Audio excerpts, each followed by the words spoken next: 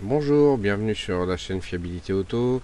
Aujourd'hui on va parler de la fiabilité de la Renault Clio 3, un véhicule très répandu en France.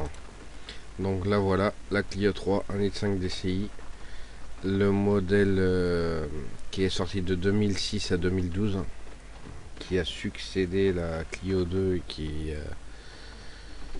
qui a, comment dire, la Clio 4 est sortie après.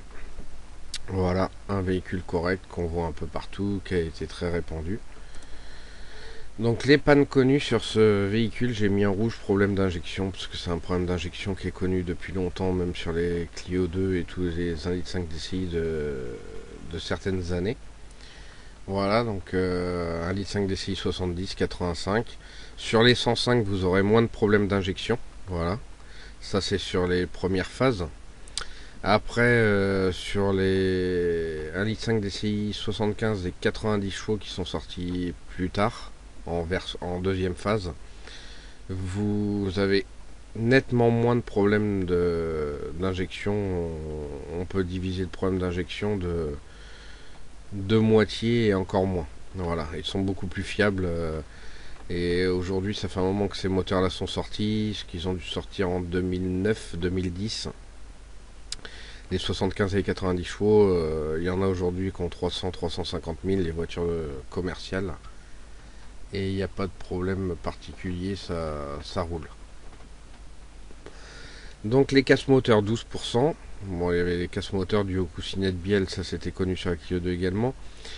Casse de turbo 20%, électronique 15% et l'embrayage 15%. Voilà, tout correct. Mais vraiment, il y avait un point noir sur les problèmes d'injection.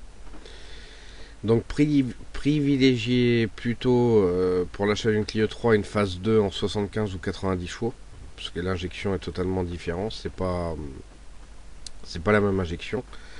Et les moteurs sont plus fiables, de toute façon on s'en aperçoit, parce que quand on démarre le matin, ça claque beaucoup moins que les premières phases. Et puis le moteur est plus souple et plus agréable à rouler, etc. C'est nettement supérieur. Voilà, donc là je fais la Clio 3 1,5 litre DCI en global, mais vraiment je vous conseille plutôt la 75 ou la 90 chevaux en phase 2. Ça coûte plus cher, mais on est quand même moins embêté. Voilà, en ce qui concerne les caractéristiques, je vous ai pas mis toute une liste, ça sert à rien du tout. Voilà, ce qui est intéressant de savoir, c'est voilà, en moyenne 5 litres au 100 sur du trajet mixte. Ça fait en moyenne 1200 kg selon les finitions, et puis un réservoir de 55 litres qui est correct pour une petite citadine comme celle-ci. C'est une voiture qui est très aimée parce que c'est une voiture qui se manie bien, qui passe partout. On peut aussi bien faire de la route avec que de la ville. C'est pas mal comme véhicule. Bon, après, voilà, il y a eu des petites lacunes.